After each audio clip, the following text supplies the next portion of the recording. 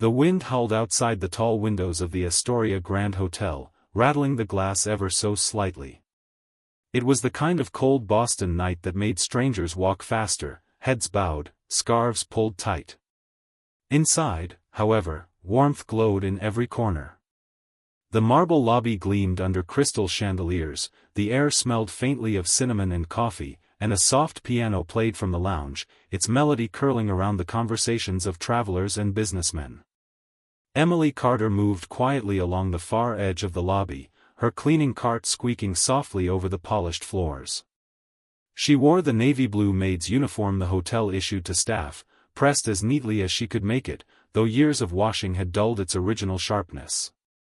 Her hair, a deep brown with hints of chestnut, was pulled into a simple bun, and her eyes, warm, gentle, but tired, scanned each corner with care. She never rushed. Every table she wiped, every cushion she straightened, every glass she polished, she did it with the quiet diligence of someone who believed that even the smallest tasks were worth doing well. Emily's life outside the Astoria Grand was a far cry from the luxury she tended to each day. Her one-bedroom apartment in Dorchester had peeling paint in the hallway and a heating system that wheezed more than it worked. On particularly cold nights, she slept in layers of sweaters beneath 2 blankets. Her shoes had thin soles, but she made them last, saving every spare dollar for rent, bills, and groceries. It wasn't that she didn't dream of more. She once had. Emily had wanted to go to college, maybe become a teacher. But her mother's sudden illness had changed everything. Her mother, a seamstress who worked long hours in a tiny alterations shop, had taught Emily the value of integrity. You can lose your job, your money, even your health, she would say, but never lose your character. That's the only thing no one can take from you. When her mother passed away 5 years ago, Emily had been left alone, with no siblings and no savings. She took the first job she could find, housekeeping at the Astoria Grand, and never looked back. That December evening, as she dusted the lobby's corner table, the head housekeeper, Mrs. Whitaker, approached with a clipboard in hand. "Carter," she said in her brisk, no-nonsense tone. "Change of schedule. Penthouse suite. The senior staff's tied up. You're filling in." Emily blinked. "The penthouse?" Mrs. Whitaker gave her a look that said, "Don't make this complicated." "Yes. And be quick.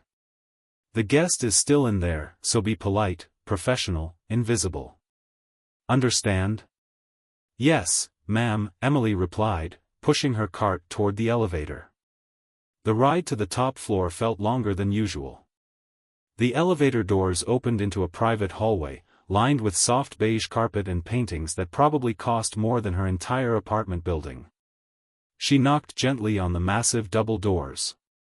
A deep voice called from inside, "Come in." She stepped in, and nearly froze.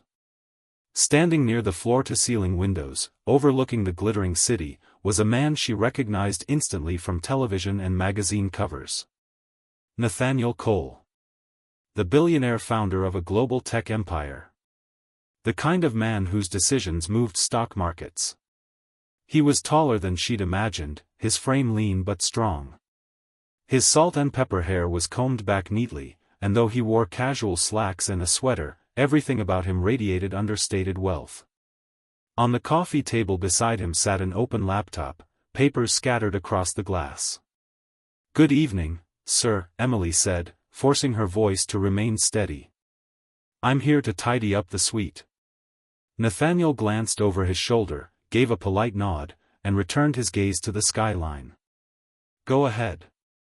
Emily moved about her work quietly, wiping surfaces, straightening pillows, emptying bins. She had cleaned countless rooms in the hotel, but the penthouse was something else, a sprawling living space with its own bar, a private dining area, and a bedroom bigger than her entire apartment. As she dusted the desk, she couldn't help noticing a stack of envelopes, each with large numbers written across them. A closer look revealed they were addressed to various charities, food banks, education funds, disaster relief organizations. "You're curious," Nathaniel's voice said suddenly, pulling her from her thoughts. Emily's cheeks warmed. "I'm sorry, sir. I didn't mean to stare. It's nice to see someone giving so much to help others." He turned to face her fully for the first time, his eyes sharp but not unkind.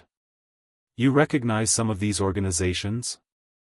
"A few," she admitted. "I volunteered at a shelter once that was on your list. It was a small place, but the people there, they were like family." Something flickered in Nathaniel's expression. "Interest. Tell me about it." And so she did. She told him about reading bedtime stories to children whose parents couldn't be there, about serving soup to men who had lost everything, about an elderly woman who cried when given a warm coat in the middle of winter. Nathaniel listened without interrupting, leaning against the desk. There was no polite nodding, no glazed-over look she often saw when she spoke to wealthier guests. He seemed genuinely engaged. When she finished, she picked up her cart handle. "That's all, sir. I'll leave you to your evening." But before she reached the door, he called her name. She turned, startled that he'd remembered it. Nathaniel reached into his wallet and pulled out a thick stack of cash. "For your kindness," he said, holding it out. "For the way you care about people you don't even know." Emily froze.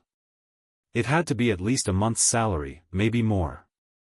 Her mind raced. She could pay off her overdue electric bill, fix the leak in her ceiling, maybe buy a real winter coat instead of layering old sweaters. But then she heard her mother's voice in her mind. "Kindness is its own reward, Emily. Never sell it." She looked Nathaniel in the eye. "I can't accept this, sir." His brows knit. "It's not for cleaning the suite. It's for you. For who you are." "That's exactly why I can't take it," she said softly. "Kindness shouldn't have a price." The room was silent for a beat. Then Nathaniel gave a slow nod, almost as if committing her words to memory. "I respect that," he said finally. "More than you know." Over the next several days, Nathaniel remained at the Astoria Grand for meetings. And each day, he somehow crossed paths with Emily, sometimes in the hallway, sometimes in the cafe. He asked about her day, about her life. She learned he'd grown up in a small Midwestern town, the son of a single mother who worked double shifts at a diner. They'd struggled, just as she had, but he had chased opportunities relentlessly until success became his world.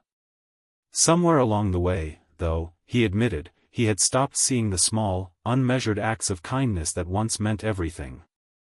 On his last evening in the city, Nathaniel asked Emily to meet him in the lobby after her shift. He was dressed in a long dark coat, a travel bag at his side, and held a sealed envelope. "I thought about what you said," he told her. "Kindness not having a price. You're right. But kindness can inspire more kindness." He handed her the envelope. Inside wasn't cash, it was a letter offering her a fully funded scholarship through his foundation, enough to attend college and pursue her dream of becoming a teacher. Emily's breath caught. "Why me?" Nathaniel smiled faintly. "Because you reminded me of what I'd forgotten. And because the world needs more people like you, people who do the right thing simply because it's right." Years later, Emily would graduate with honors. She became a teacher in an underserved community, then went on to start her own nonprofit that provided educational resources and mentoring to underprivileged youth. Nathaniel quietly supported her work, never seeking credit, always remembering the maid who refused his money but gave him something far more valuable, perspective. And whenever people asked Emily about the billionaire who changed her life, she would say, it wasn't about the money. It was about seeing that even in a world obsessed with wealth, kindness still has the power to change lives. If this story touched your heart, remember, kindness is worth more than gold. Sometimes, the smallest act of integrity can inspire a lifetime of change. If you believe in the power of compassion, please like this video, subscribe to Pure Kindness Stories, and share it with someone who needs a little hope today.